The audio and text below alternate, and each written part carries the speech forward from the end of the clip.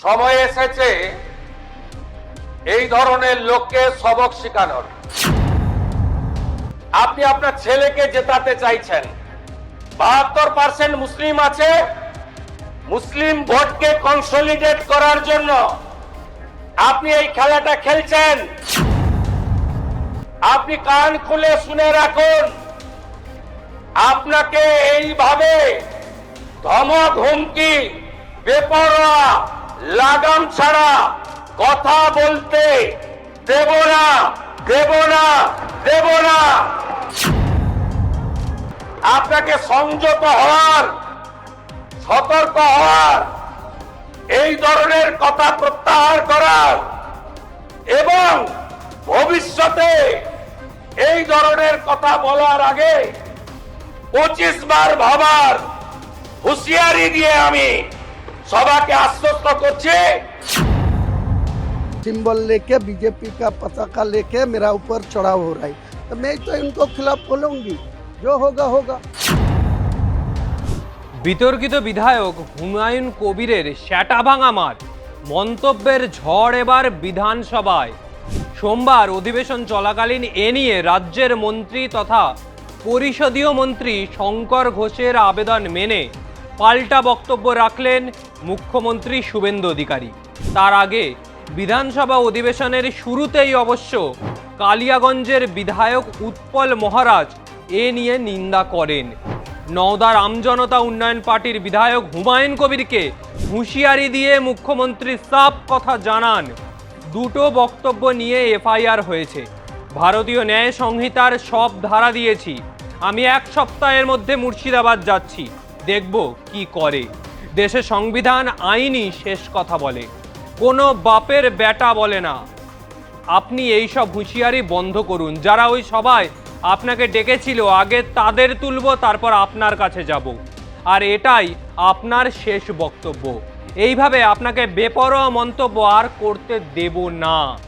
শুক্রবার রেজিনগরের কাশীপুর এলাকায় এক জনসভা থেকে হুমায়ুনের স্পষ্ট হুঁশিয়ারি, বিজেপি জিতেছে, সরকার গড়েছে, ভালো কথা, কিন্তু মুর্শিদাবাদে হেরেও 2-1 জন এমন আস্ফালন দেখাচ্ছেন যেন তাঁদেরই বিধায়ক। এই আস্ফালনটা কমান। আমি যখন মুসলমানদের জড়ো করে করে শ্যাটা ভাঙা মার শুরু করব না, পালানোর পথ পাবেন না। তার আরও চ্যালেঞ্জ, কেস হবে, ওরকম কেস আমার বিরুদ্ধে অনেক আছে। পরে শান্তিপুরের সভাতেও হুমায়ুনকে হুঁশিয়ারি ছিল। ভোটের আগের দিন আমার ভাইপোকে গ্রেপ্তার করেছেন ওসি, ওকে আগে দেখব, তারপর ওর বাবাকে দেখব, 10,000 লোক নিয়ে থানা ঘিরে একে একে বের করব, পারলে রুখে দেখান। সোমবার বিধানসভায় হুমায়ুনের সাম্প্রদায়িক মন্তব্য নিয়ে বিবৃতি দিতে গিয়ে শুভেন্দু অধিকারী বলেন, এই দুটো ঘটনার পর আমার মনে হয়েছে এনাফ ইজ এনাফ। এই ধরনের লোককে সবক শেখানোর সময় এসেছে। মনে রাখবেন, এখন মমতা বন্দ্যোপাধ্যায় মুখ্যমন্ত্রী নন। দুর্বল মুখ্যমন্ত্রী পেয়ে সে সময় যা খুশি করেছেন, যা খুশি বলেছেন। এখন এত বড় ক্ষমতা আপনাকে কেউ দেয়নি। দুটো কেস আমরা রুজু করেছি, বিএনএসের সব মামলা দিয়েছি, পুলিশ যা ব্যবস্থা নেওয়ার নেবে। আমি 1 সপ্তাহের মধ্যে মুর্শিদাবাদ যাচ্ছি। দেশে আইন শেষ কথা বলে, কোনো বাপের বেটা বলে না। হুমায়ুনকে উদ্দেশ্য করে মুখ্যমন্ত্রী শুভেন্দু অধিকারী আরও বক্তব্য রাখেন। তিনি বলেন, আপনি কেন এগুলো করছেন আমি জানি।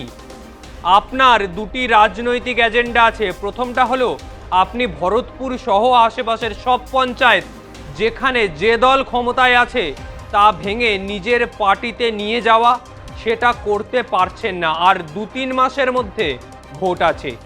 রেজিনগরের আসন আপনি ছেড়ে দিয়ে নিজের ছেলেকে জেতাতে চাইছেন। মুসলিম ভোট সংঘবদ্ধ করতে আপনার এসব কথা। এ প্রসঙ্গে সন্দেশখালীর শেখ শাহজাহান, ক্যানিংয়ের শওকত মোল্লা, ফলতার জাহাঙ্গীর খানের পরিণতির কথা মনে করিয়ে দেন মুখ্যমন্ত্রী। এই পরিস্থিতি বাংলার রাজনীতিতে। হুমায়ুন কবির যখন তৃণমূলে ছিলেন তখনও তিনি বিতর্কিত মন্তব্য করেছেন, এবং পরবর্তী সময় যখন নিজের দল তিনি তৈরি করলেন তখনও বিতর্কিত মন্তব্য করেছেন। কিন্তু বিতর্ক যেন হুমায়ুন কবিরের পিছু ছাড়ে না। তিনি বিতর্কিত মন্তব্য না করলেও তৃণমূল ভবনের পক্ষ থেকে নির্বাচনের ঠিক আগেই হুমায়ুন কবিরের একটি ভাইরাল অডিও প্রকাশ করা হয়, ভাইরাল ভিডিও প্রকাশ করা হয়, যেখানে দেখতে পাওয়া যাচ্ছে হুমায়ুন কবির বলছেন বিজেপির তত্ত্বাবধানে তিনি এই সমস্ত কাজ করছেন। পিএমও থেকে তাকে ফোন করা হয়েছিল, পরে হুমায়ুন কবিরকে নির্দেশ দেওয়া হয়েছে। তাহলে এই ধরনের যে মন্তব্য এখন তিনি করছেন, যার ফলে এই বাংলার ঐতিহ্যকে নষ্ট করে সাম্প্রদায়িক দাঙ্গা লাগাতে চাইছেন, সেই মন্তব্যগুলোও কি পিএমও থেকে বলে দিচ্ছে হুমায়ুন কবিরকে? আর যে জন্য তিনি সাম্প্রদায়িক দাঙ্গা লাগে এরকম মন্তব্য তিনি করছেন। সাম্প্রদায়িক সম্প্রীতি বজায় রাখার জন্য শুভেন্দু অধিকারী এই সমস্ত বিতর্কিত মন্তব্যের বিরুদ্ধে যথাযথ ব্যবস্থা নিচ্ছেন। যত দ্রুত সম্ভব তিনি অ্যাকশনে নামছেন এবং ব্যবস্থা নিচ্ছেন। মমতা বন্দ্যোপাধ্যায়ের সময় যে সময়কাল কেটেছে 15 বছরের গোল্ডেন পিরিয়ড এই সমস্ত তোলাবাজদের জন্য, তা আজ শেষের পথে। এবার নতুন যুগের সূচনা বলা যায়, এবং যার কাণ্ডারি মুখ্যমন্ত্রী শুভেন্দু অধিকারী। ফলে এই সমস্ত মন্তব্যের দিন গেছে, সত্যিই চলে গেছে। এখন এই ধরনের বিতর্কিত বেফাস মন্তব্যের জবাব একটাই, কোর্টে যেতে হবে। আইনি জটিলতায় নিজেকে আরো ফাঁসাতে হবে। এখানে ভোটে হেরেও বিজেপি মনে করছে আমিই এমএলএ।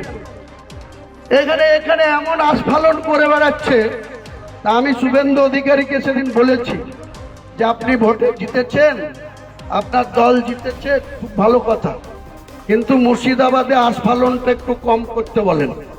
আমি যেদিন ময়দানে মুসলমানদের নিয়ে নেমে যাব না, সেদিন এমন সাটা ভাঙা মাছ শুরু করব যে আপনাদের পতাকা বহন করার লোক থাকবে না। কেস ওরকম কেস আমাদের বহুবার জেল খাটা আছে। 1000 লোককে আপনি বহরমপুর সেন্ট্রাল জেলের যে আয়তন, তাতে 4700-এর বেশি 4800 লোক ধরেন। লাখ লাখ লোককে রাস্তায় নিয়ে নামাবো আর সাটা ভাঙা মাছ দেবো আর জেলে যাব। আমার মনে হয়েছে যে এনাফি জানাব, সময় এসেছে এই ধরনের লোককে সবক শেখানোর। আপনাকে আমি পরিষ্কার বলছি, মমতা ব্যানার্জি মুখ্যমন্ত্রী নন। আপনি দুর্বল মুখ্যমন্ত্রী পেয়ে যা খুশি করেছেন, যা খুশি বলেছেন। আমি আপনাকে বলে গেলাম, আমরা দুটো এফআইআর স্টার্ট করেছি।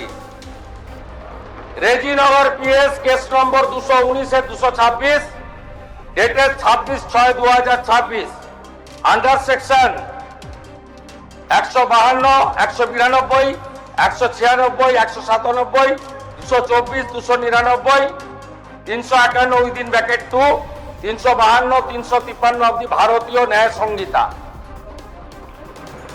ইনসিডেন্ট নাম্বার 2তেও আমরা শক্তিপুর পিএসএ 176/226-এ আরেকটা কেস ইস্যু করেছি। সেই কেসেও আমরা 100 ভারতীয় ন্যায় সংহিতার সমস্ত সেকশন লাগিয়েছি। এবং আমি আপনাদেরকে অ্যাসিওর করছি, এত বড় ক্ষমতা আপনাকে কেউ দেয়নি। আপনি মুখে যেগুলো বলেছেন, আপনাকে আমি বলে গেলাম, আপনি কেন করছেন আমি জানি। আপনাকে আমি বলে গেলাম পুলিশ তার ব্যবস্থা নেবে, আর আমি 1 সপ্তাহ পরে মুর্শিদাবাদে যাচ্ছি। আমি প্রমাণ করে দেব ভারতবর্ষের সংবিধান, আইন শেষ কথা বলে, কোন বাপের আবাদ শেষ কথা বলে না। আপনাকে সংযত হওয়ার, সতর্ক হওয়ার, এই ধরনের কথা প্রত্যাহার করার এবং ভবিষ্যতে এই ধরনের কথা বলার আগে 25 বার ভাবার হুঁশিয়ারি দিয়ে আমি সবাকে আশ্বস্ত করছি। আপনারা ভাবছেন কেস হয়েছে, অ্যাকশন কবে হবে? যারা ওকে ডেকেছিল এই সভাতে তাদেরকে আগে তুলবো, তারপরে আপনার কাছে যাব। मेरा खिलाफ नया बीजेपी वाला मेरे को मारने के लिए आ रहा है, तो मैं उनको रसगुल्ला छोड़ेगी? मैं तो बीजेपी को खिलाफ मेरा पार्टी है, मैं आम जनता उन्नयन पार्टी का चेयरमैन है। बीजेपी मेरा सपोर्ट नहीं करेगी, मैं बीजेपी के भी सपोर्ट नहीं करूँगी। तो इनके लिए जो होगा हो, नहीं माफी मांगने का कोई जरूरत नहीं है। मैं सदन को कोई किसी को ऊपर कोई इल्जाम नहीं आना। मैं बीजेपी पार्टी नया जो 4 मई को बाद जो टीएमसी का क्रिमिनल एक्टिविटीज में जोड़ा था, वो लोग 4 मई रिजल्ट आने के बाद वो डायरेक्ट आज बीजेपी का सिंबल लेके, बीजेपी का पताका लेके मेरा ऊपर चढ़ाव हो रहा है। तो मैं तो इनको खिलाफ बोलूँगी, जो होगा होगा।